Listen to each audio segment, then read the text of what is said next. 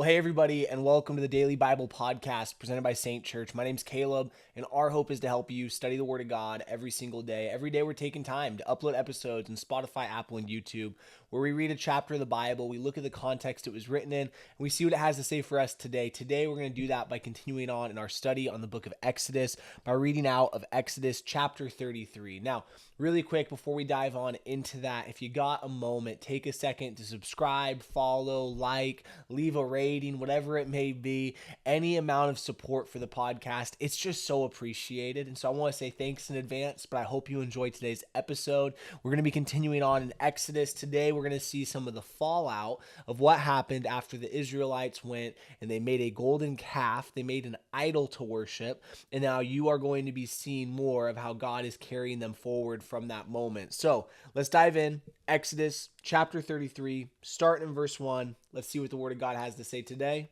It says this: Then the Lord said to Moses, "Leave this place, you and the people you brought up out of Egypt, and go up to the land I promised on oath to Abraham, Isaac, and Jacob, saying, I will give it to your descendants. I will send an angel before you and drive out the Canaanites, Amorites, Hittites, Perizzites, Hivites, and Jebusites. Go up to the land flowing with milk and honey. But I will not go with you, because you are a stiff-necked people, and I might destroy you on the way." When the people heard these distressing words, they began to mourn, and no one put on any ornaments. For the Lord said to Moses, "Tell the Israelites, you are a stiff-necked people.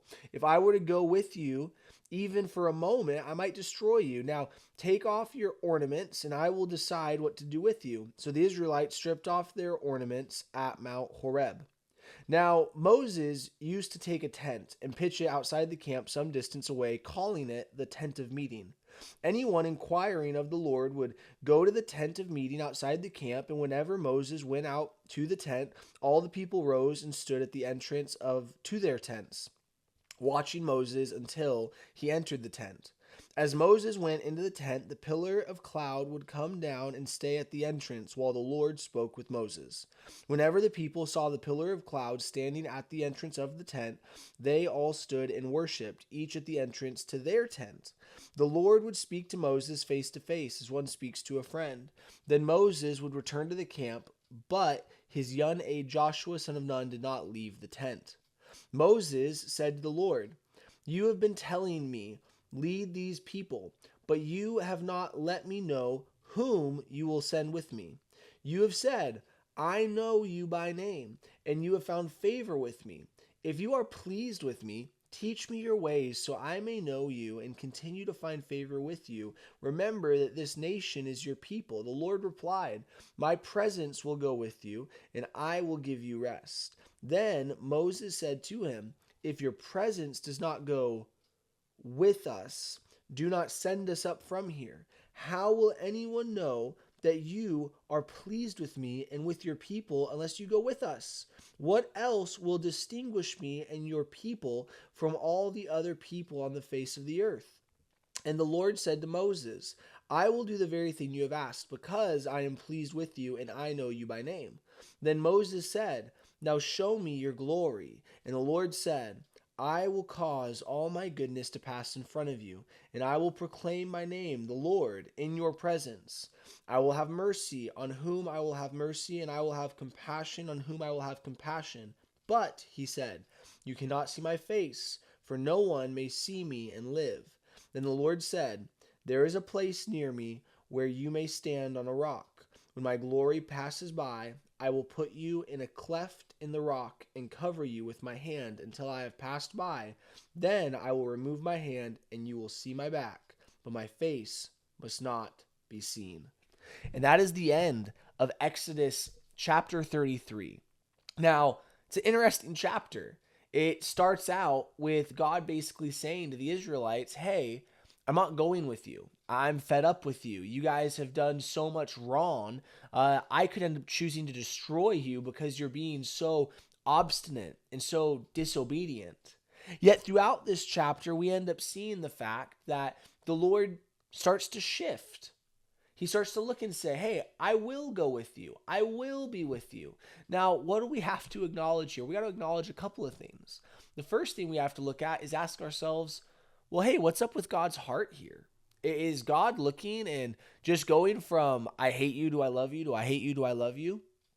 No, that's not what he's doing.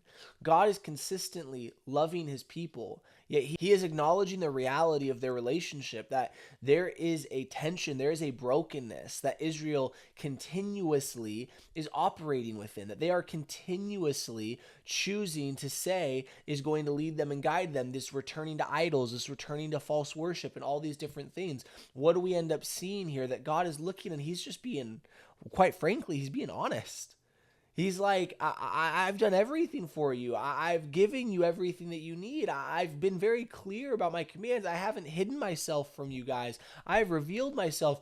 Yet you just keep deciding to leave me and to turn away from me. And so even in some ways, as he looks, he's saying, hey, I'm going to send you out. He even is saying in this moment, hey, go and take the land I promised you, but I can't go with you because if I do, oh my goodness, I don't know what you guys are going to do. I don't know what's going to keep happening. We're just going to continuously see this relationship falter, right? That's what he's pointing to.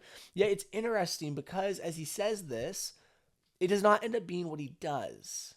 He ends up still looking then, and still as he talks with Moses, going with them, still being with them.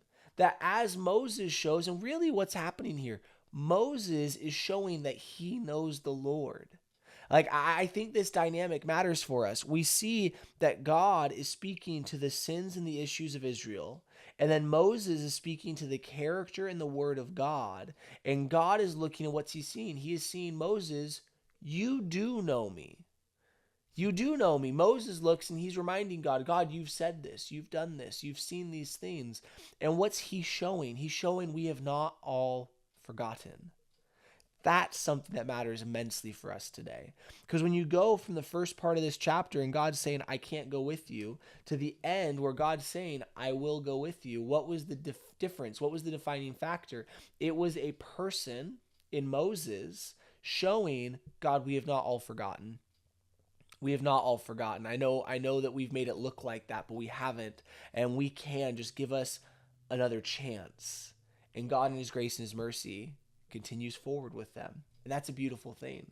That's a great thing. That's God continuously showing his heart.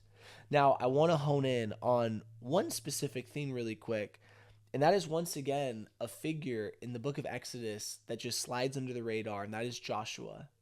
That Joshua has been near to God many, many times, and today we get to read the fact that with the tent of meeting, Joshua, son of Nun, did not leave the tent.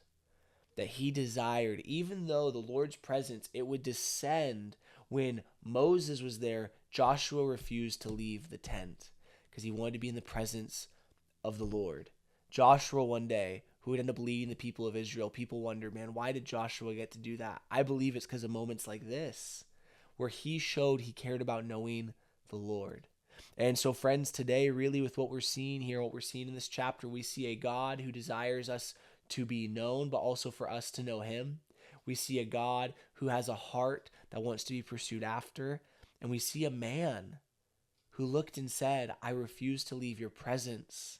And we'll end up seeing for Moses as well the reality that he gets to see the Lord's glory in a unique and incredible way. And that is a very real thing.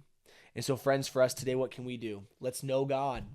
Let's know the Lord. Let's speak truth to what's going on in our lives in light of what God can do and what God desires to do. Let's seek after his presence, and let's realize that we need him to go with us in everything that we do for us to see anything come of it. And so, friends, today that's what I got for you. If you got any questions, comment them down below. I'd love to dialogue with you.